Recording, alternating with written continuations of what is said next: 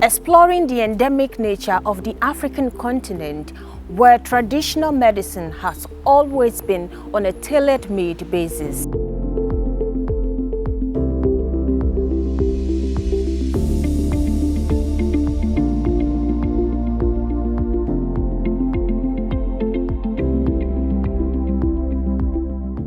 I am Jessica Ahedor. I am on a mission to unearth whether Africa is ready for precision medicine. In a pluralistic medical setting such as Africa, with its attendant challenges of the full integration of unorthodox with orthodox medicine, the primitive traditional medicine practice has always been on a tailor-made basis before the colonization by the Western world. Traditional medicine practice and its passage, though not necessarily formal, is embedded in the cultural patrimony of most Africans.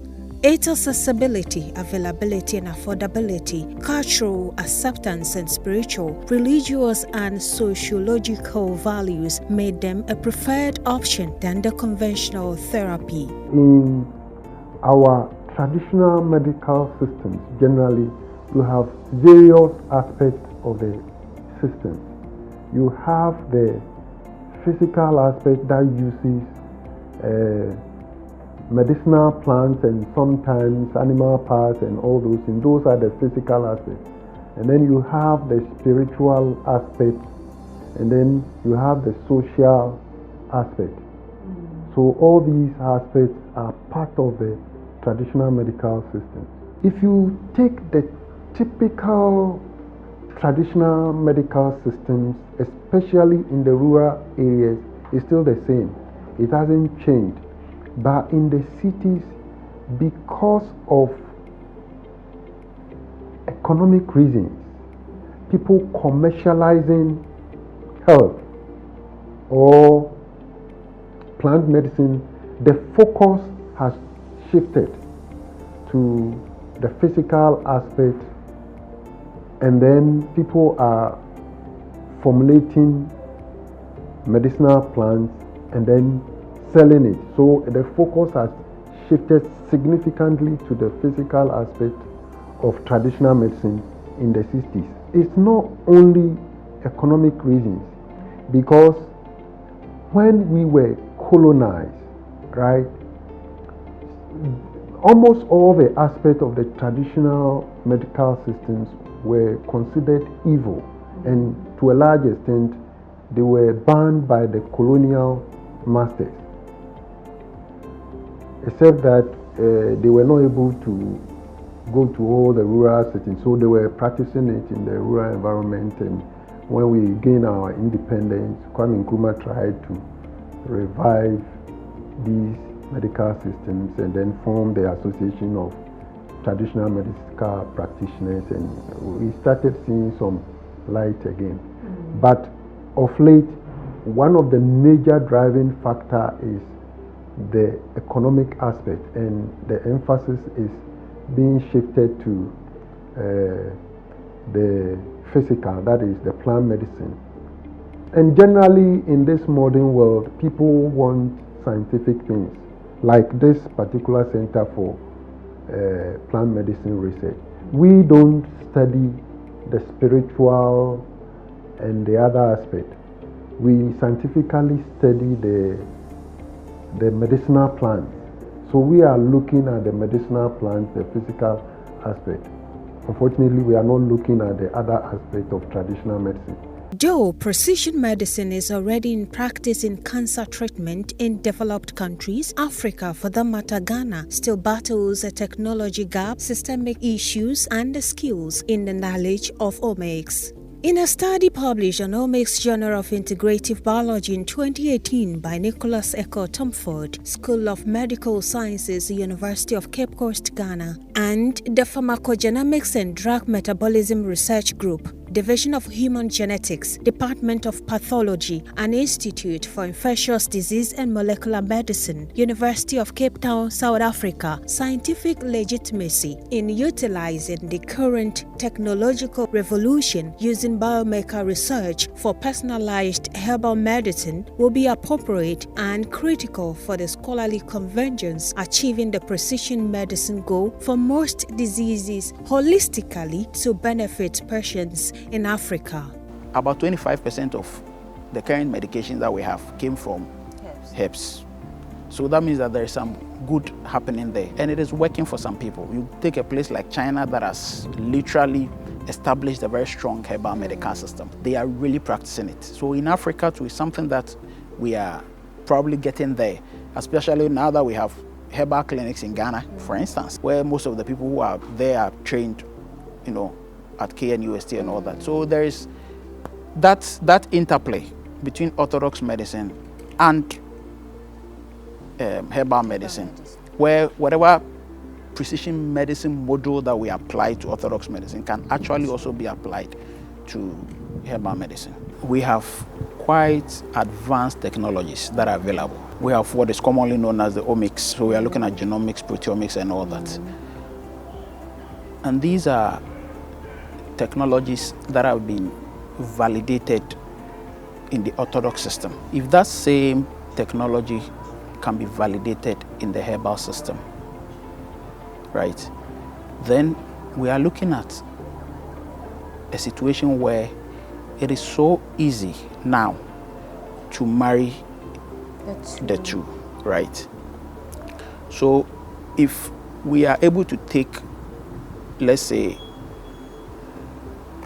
metabolomics, where we probably look at the metabolite composition of a group of herbs. If we know the individual compositions, right, and we are using validated system, these have been used in the orthodox system, right, then what that simply means, okay, is that when we are making a case for herbal medicine, there is no room for doubt, or there is little room for doubt.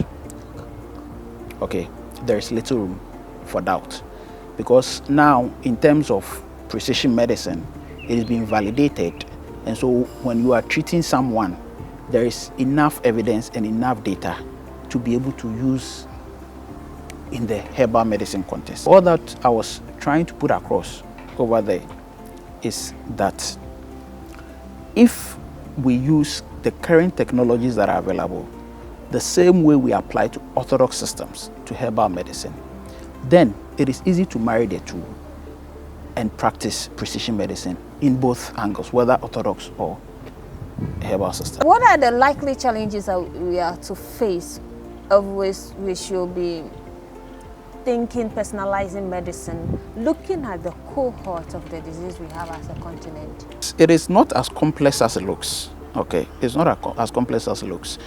We just need to be able to do focused studies. Okay, where, for instance, if we have a group of malaria patients, okay, what we'll probably do is to be able to get, and each drug, okay, each drug is broken down by a specific enzyme. For each enzyme, there are different versions of the enzyme per individual. Okay.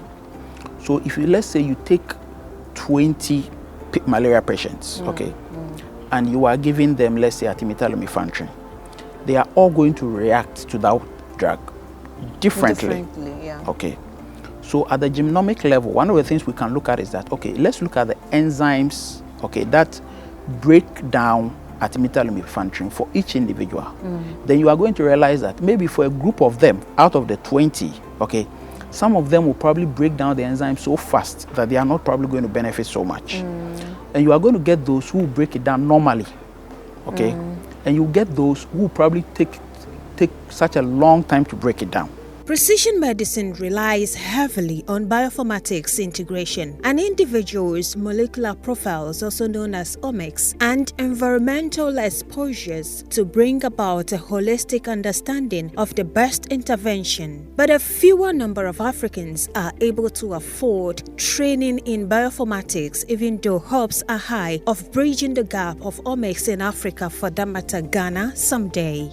We used to study the entire genetic makeup of an organism, and this will cover the whole gene that encompasses the organism's makeup. Essentially, how we function and how we look is dependent on the genes that you have. So for instance, the way you are, whether you are tall or short, how your immune system works, for instance, if it comes into medicine, everything is encoded by your genes. But that information can not be studied until we break down your genes and then we piece it back together again in a way that we can interpret. So genome sequencing starts with breaking down the genes and piecing it back together in a computer so that we can begin to look at similarities and differences and understand how your body works. The technique has been around for a little over a decade now. The first project, the biggest project that was done, was to sequence the entire human genome.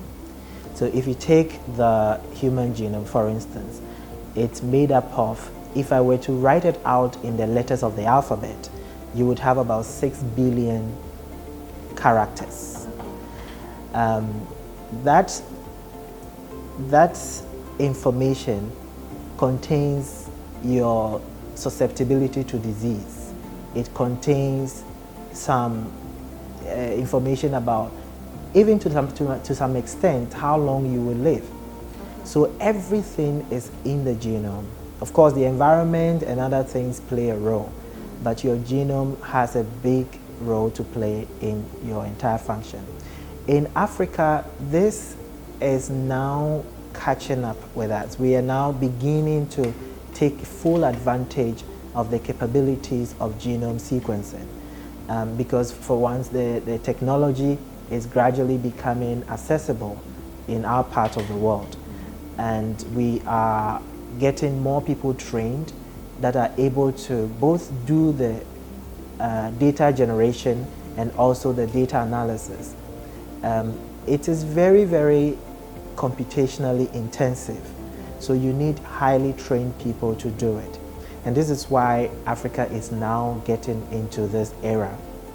But I would say we've come a long way, because already we are using it to track epidemics, we're using it to understand how the body works and how different organisms are changing in our population with regards to disease and all of that. So I think we are coming of age in terms of genome sequencing and utilization of genomic data for decision making. The field is still evolving. I mean, if you think about 10 years ago when the human genome was sequenced, it cost billions of dollars. At the moment, a genome can be sequenced just around $1,000, okay? One human genome. So we have moved from billions of dollars to millions of dollars to thousands now. And we are even aiming to, the manufacturers and producers of the systems are aiming to bring it down to less than $1,000 per human genome. So that in itself tells you that the field is evolving constantly. So there are always challenges. Now, some of the challenges has to do with, if you live in Africa, sequencing reagents cost actually more than if you were living in Europe or America. And that, personally, that is something I still can't get my head around. Of course, there will be arguments about logistics, movement of goods to Africa might be more expensive and things like that. But it is a big challenge, okay? And it is only in recent times that most African institutions are really purchasing these sequencing equipments. So for instance, they may want to do it, but we don't have the setup to do it. Okay, so those are some of the challenges. The systems are expensive, the reagents are not so cheap in Africa, and the manpower, the people who are trained to do, of course, if the systems are not as common, then you will get fewer people trained to do it. And then, so it goes down, like, it kind of trickles down, the effect. These are the challenges. An estimated 80% of the African regional health budget has been allocated to communicable diseases for the last decade, according to global health reports. At the same time, Ghana's health sector budget for the past decade has seen some level of inconsistencies. As a result, the sector keeps struggling to meet the health needs of the population by achieving most of its sustainable development goals for the year 2020. Poor management of health systems characterized by little or no resources sometimes pose danger, especially looking at the cumulative burden of infectious and chronic disease of the country. In our setting, some level of precision medicine is happening. For instance, if you take breast cancer and our colleagues in oncology or radiotherapy, there is some level of precision medicine that is happening.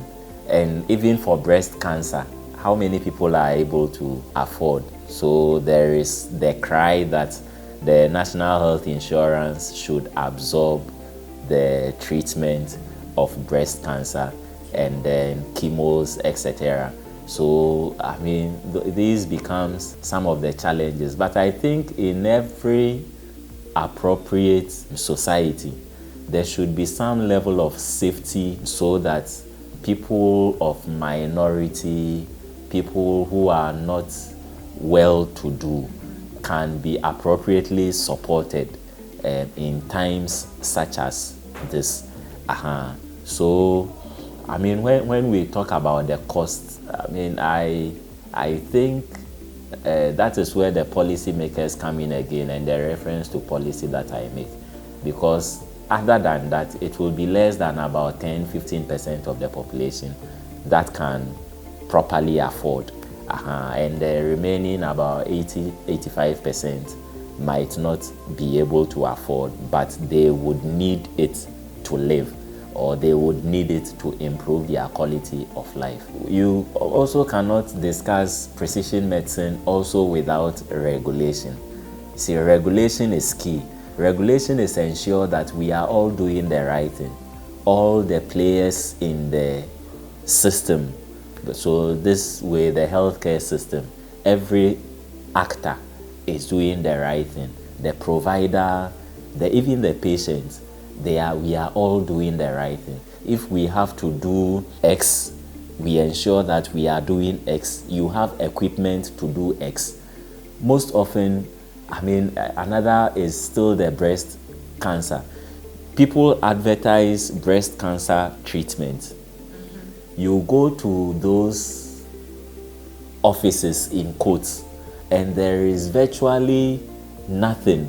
If you are lucky to see anything, maybe some concoction that somebody has prepared and is sitting on radio because of free press, making all sorts of announcements and enticing innocent people that I have a cure for breast cancer.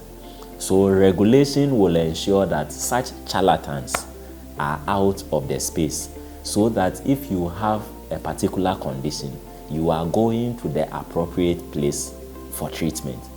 So medication is key. I mean, so all the regulatory bodies and people at policy, like the ministry, should strengthen the regulatory bodies.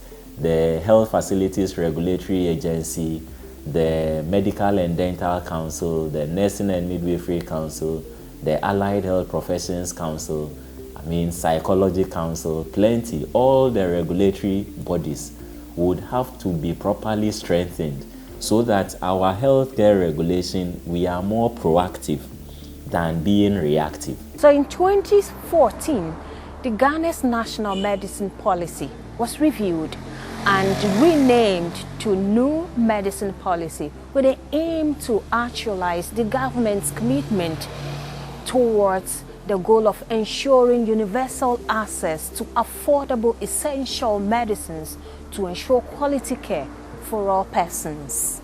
But due to the endemic nature of the disease on the African continent, personalized medicine for a disease cohort might take Africa, for that matter Ghana, 10 years to achieve, according to experts.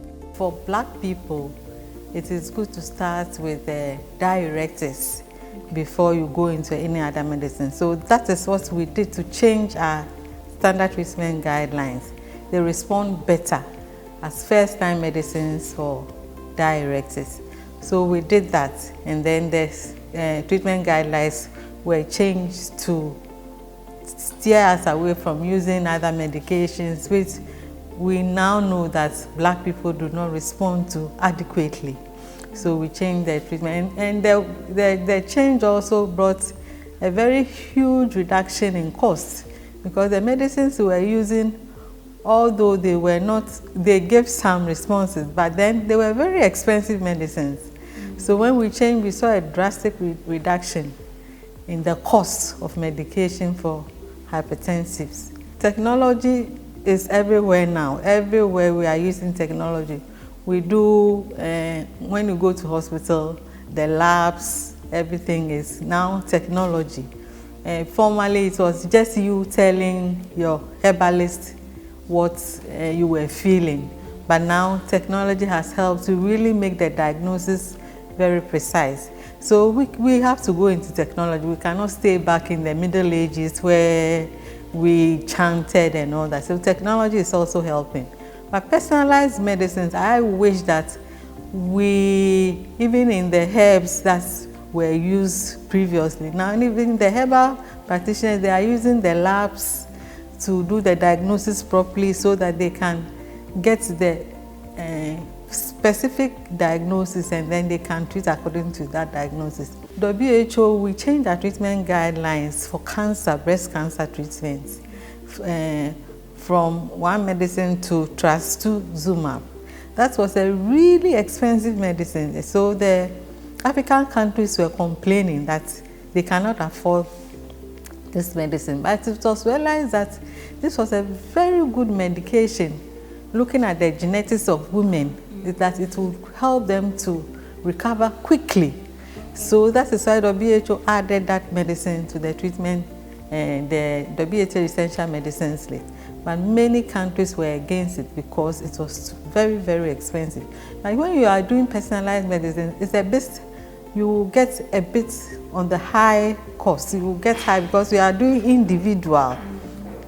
But you know, medicines has always been produced in quantities for people. And for us in endemic areas where everything, we have malaria is endemic here, you cannot say that you are going to personalize malaria medicine to each person. So many of the diseases are endemic, and so you go into the broad treatment areas, and then you manufacture the medicines according to the diseases patterns in the area that you are in. But with certain, now we are seeing that with certain diseases, you really have to go into personalized medication, looking at the genetics and molecular formation of the patients and all that. But we are light years behind. But then I know that we'll gradually catch up. Look at COVID. COVID has brought everybody to the same level. We are all doing the same thing. We are now learning things that we did not know. It's so novel, and that is how it takes to go into new areas, new technologies, and new areas as they come. Normally, when we are purchasing medicines, we purchase medicines for a large area, for the diseases occurring in your area, for a large number of people. You cannot say that for maybe 5 or 10 people, because breast cancer, people have breast cancer, but the numbers are not as huge as you talk about malaria, TB, and things like that. And those are really killing a lot of people, more than for the breast cancer. So you have to weigh all these things before you decide that, okay, we'll put it into our treatment guidelines, because it will save or improve the life of so many patients. So all these things come into consideration when you want to go into personalized medicine, and especially for the costs. Yes, you know, budgets, resources are limited. From all the knowledge gathered so far, it means even though all the resources are available, Ghana is yet to make commitment towards personalizing medicine.